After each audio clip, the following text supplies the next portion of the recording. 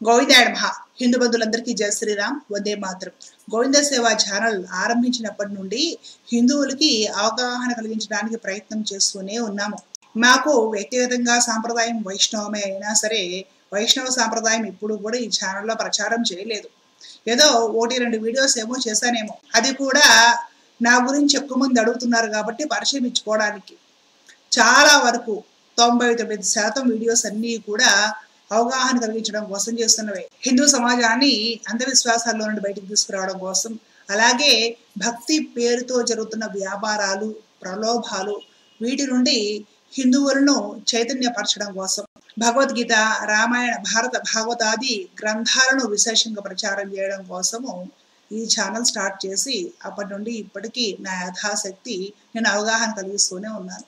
ఏదైనా విషయం గురించి అవగాహన కలిగించినప్పుడు అది ఆ సాంప్రదాయం మీద ద్వేషంతో చేస్తున్నాను అని దయచేసి భావించకండి. ఎందుకంటే ఇప్పుడు ఒక మంచానికి 4 వైపులా 4 కోళ్ళు ఉన్నాయనుకోండి, 4 వైపుల నుండి ఏ కోడు లేకపోయినా సరే ఆ మంచం మీద మనం కూర్చోలేము, పడుకోలేము. అవునా కాదా? అలాగే మనకి వైష్ణవము, శైవము, శాక్తేయము లేదా స్మార్తము ఇవన్నీ కూడా మంచానికి 4 కోళ్ళు లాంటివండి. అన్నీ ఉండాలి, అన్నీ బాగుండాలి. జనాలు ఎవరి పద్ధతి వాళ్ళు పాటించుకుంటారు, అందులో తప్పేమీ లేదు, అలా పాటించుకోవాలి కూడా. మనము ఏదైనా ఒక విషయం గురించి అవేర్నెస్ కలిగిస్తున్నాం అనుకోండి, దానిలో ఏదో వ్యాపార దృక్పథంతో ప్రజలను వంచే విషయం ఉంది కాబట్టి ఈ విషయంగా మోసపోకండి, ఇలాంటి అనాచారాలను నమ్మకండి అని చెప్పడం కోసం చేస్తామే గాని ఆ సాంప్రదాయం మీద లేదంటే ఆ పద్ధతి మీద, సిద్ధాంతం మీద కక్ష పెట్టుకొని సాధించడానికి చేసే వీడియోస్ కాదు. ఇప్పుడు ఈ వీడియో ఎందుకంటే ఈ మధ్య విపరీతంగా కామాఖ్య క్షేత్రం గురించి ప్రచారం పొందుకుంది ఉభయ తెలుగు రాష్ట్రాల్లో. యూట్యూబ్ ఛానల్స్ లో కూడా విపరీతంగా చూపిస్తున్నారు. ఆ ప్రచారం కోసము ఎక్కువగా ఏం చేస్తున్నారంటే సినిమాల్లో ఈ కొత్తగా వస్తున్న హీరోయిన్లను, అలాగే జబర్దస్త్ షో, వీటికి బిగ్ బాస్ రియాలిటీ షోస్ కి, వీటికి సంబంధించిన సెలబ్రిటీస్ ఎవరైనా ఉంటారు కదా, ముఖ్యంగా మహిళలు, ఇలాంటి వాళ్ళను తీసుకొని కామాఖ్య క్షేత్రానికి ఒక ట్రిప్ వేస్తున్నారు. మేము ఉపాసకులమి, జ్యోతిష్కులము అని చెప్పేవాళ్ళు కూడా అక్కడికి వెళ్ళేసేసి పంచవరుల కార్యక్రమం నిర్వర్తిస్తున్నారండి. దానికి మినిమం ₹1,00,000 టికెట్. పంచబరులు అంటే అక్కడ ఒక మేకని, కోడిని, దున్నపోతుని, పావురాన్ని, చేపని, ఇలాంటి ఒక 5 రకాల జంతువుల్ని చంపి అమ్మవారికి బలివ్వడం. అలాగే ఆ తర్వాత అక్కడ తంత్ర పద్ధతిలో జరిగే యోని పూజ. ఈ యోని పూజ అనేది మహిళలకు సంబంధించి చేస్తున్నారు అక్కడ. ఇలాగా పంచబరులు అక్కడికి వెళ్ళేసేసి అక్కడ ఒక ₹1,00,000 టికెట్ కట్టుకొని ఆ పంచబరులు కార్యక్రమము చేయడం వలన, అక్కడికి పోయి ఈ యానిమల్ సాక్రిఫైస్ చేయడం వలనంట విపరీతంగా సినిమాల్లో అవకాశాలు వస్తాయంట, విపరీతంగా ఫేమ్ అయిపోతారంట, విపరీతంగా బాగా డబ్బు వచ్చేస్తుందంట, అధికారం వచ్చేస్తుందంట, ఏమనుకుంటా వచ్చేస్తున్నాయట.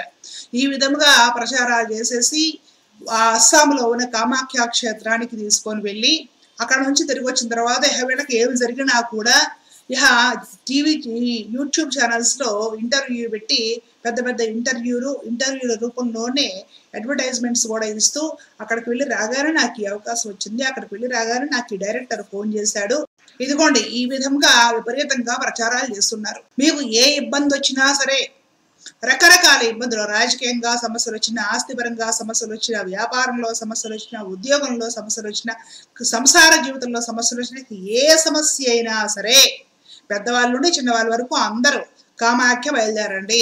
అక్కడ ₹1,00,000 టికెట్ తీసుకొని పంచబరులు 5 జంతువుల్ని చంపేసి అమ్మవారికి బలిచ్చేస్తే అక్కడ నుంచి తిరిగి ఆంధ్రాలో అడుగు పెట్టగానే మీ కోరికలు తీరిపోతాయి. ఈ విధంగా ప్రచారాలు విపరీతంగా పెరిగిపోతున్నాయి. ఈ మధ్య మన ఉప ముఖ్యమంత్రి పవన్ కళ్యాణ్ గారు కూడా అక్కడ ఏదో ఆ కామాఖ్య క్షేత్రంలో ఏదో చేసిన తర్వాతే ఈ అధికారాలు ఇవన్నీ వచ్చాయట.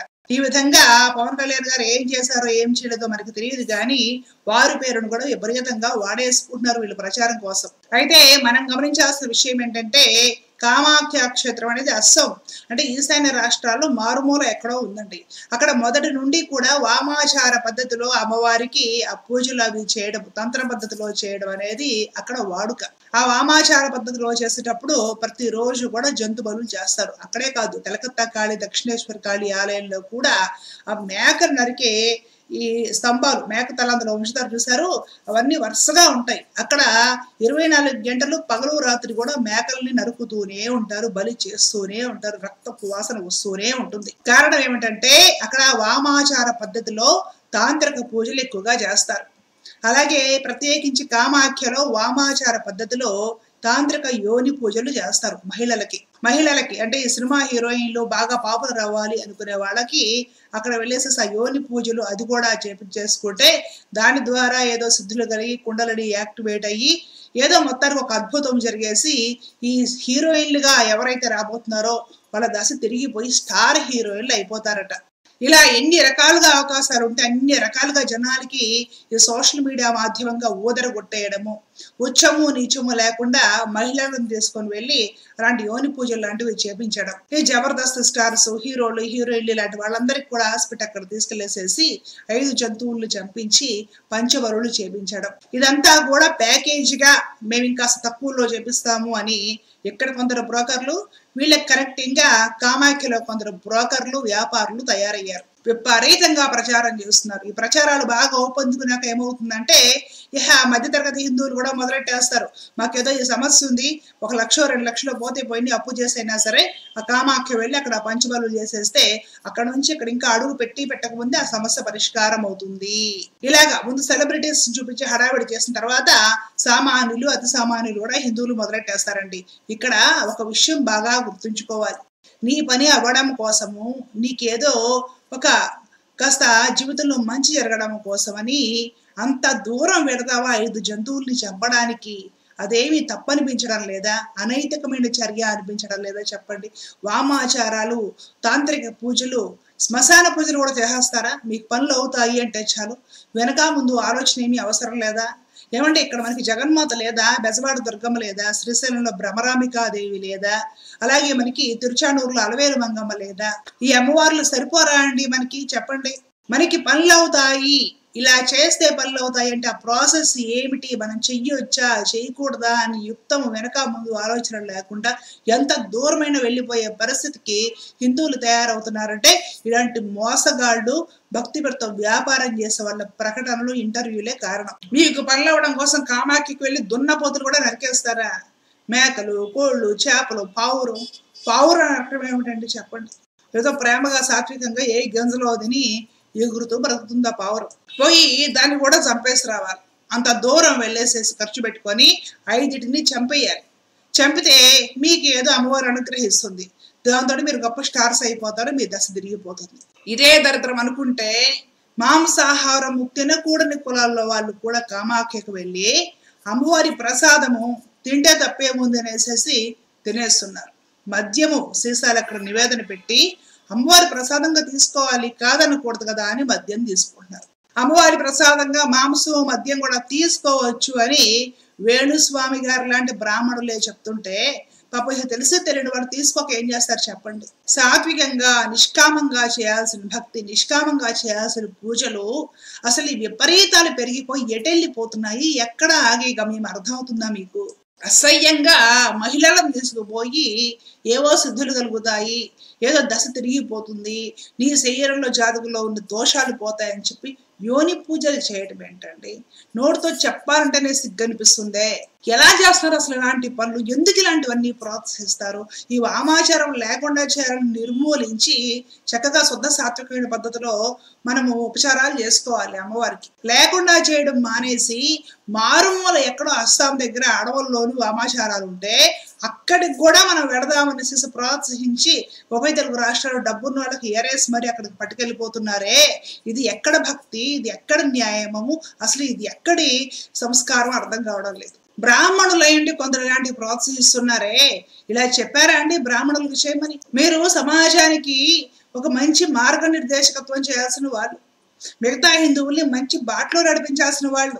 మీరే మెల్లో రకరకాల పూసలు వేసుకొని బొట్లు పెట్టుకొని తయారై కూర్చుని ఇలాంటివన్నీ చెప్తుంటే మిగతా హిందువులు నిజమే కదా పంతులు గారు చెప్తున్నారని నమ్ముతున్నారండి. బ్రాహ్మణులయండి బలులు చేయండి, దున్నపోతును కూడా బలి చేయండి అనేసి మీరు చెప్తున్నారే, ఇది ఎక్కడ న్యాయము, ఎక్కడ పద్ధతి ఇది అసలు చెప్పండి. మీకు శాస్త్రం ఎక్కడ అనుమతి ఇచ్చింది ఈ విధంగా బలులు చేయండి అని చెప్పడానికి? వామాచారంలో వాళ్ళు ఎవరో చేసుకుంటారు. మన వాళ్ళని ఆ వామాచారం వైపు పోకుండా ఆపాల్సింది పోయి మీరే అక్కడికి పోయి బలులు చేసేస్తే మీకు ఏవో అయిపోతాయి, మీరు స్టార్లు అయిపోతారు, మీరు గొప్పవాళ్ళు అయిపోతారు, కుబేర్లు అయిపోతారని చెప్తున్నారంటే, మద్యము మాంసం అమ్మవారికి నివేదన చేసేస్తే చాలు మీరు తీసుకోవచ్చా? ఇలాంటివన్నీ దయచేసి హిందువులు నమ్మకుండా వదిలేయడం కాదండి, ప్రతిఘటించాలి, ఖండించాలి. ఇలాంటివి అసలు ఎందుకు తీసుకొస్తున్నారు మీరు యూట్యూబ్ లోకి? భక్తి పేరుతోటి ఏవో అయిపోతాయి అద్భుతాలు అనే పనితోటి మీరు ఇలాంటివన్నీ ఎందుకు ప్రోత్సహిస్తున్నారు? ఎందుకు ఇవన్నీ? మన పని మనం చేసుకుంటూ పోతే జాగ్రత్తగా ఫలితాలు అవే వస్తాయి. ఆ బయట పరమాత్మ లేడా?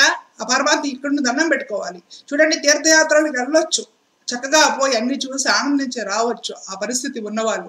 అంతేగాని మాకేదో పని అవ్వాలి అనేసి ఒక లక్ష్యం పెట్టుకొని నువ్వు ఆ మారుమూలకి వెళ్ళేసేసి జంతువులు నరికేసి వస్తావా నీ పని అవ్వడం కోసము? ఇదేమీ రోత అనిపించడం లేదా? మారాలండి హిందూ సమాజము. మారాలంటే ప్రతి ఒక్క హిందువు చైతన్యుడయ్యి హిందూ సమాజంలో జరుగుతూ ఉన్న ఈ కంపు కూడా కడిగేయాలి. మన ఇల్లు ముందు శుభ్రం చేసేసుకోవాలి. హిందువులకి అవగాహన కలిగించడం కోసం ఈ వీడియో చేస్తున్నానండి. మరలా శాక్తేయ మీద కోపము ఇలా ఏమీ అనుకోకండి. అమ్మవారు అందరికీ అమ్మవారి అవుతుంది. శాక్తేయులకు మాత్రమే అమ్మవారు అవ్వదు, అందరికీ అమ్మవారే అవుతుంది. దయచేసి ఇట్లాంటి పిచ్చి వామాచారాలు, యోని పూజలు ప్రోత్సహించి అమ్మవారి పేరు చెడగట్టకండి. అందుకని ఈ వీడియో చేస్తున్నాను. లోకా సమస్త సుఖభవంతు. జై శ్రీరామ్, జై భారత్, జై హింద్. కృష్ణార్పణం.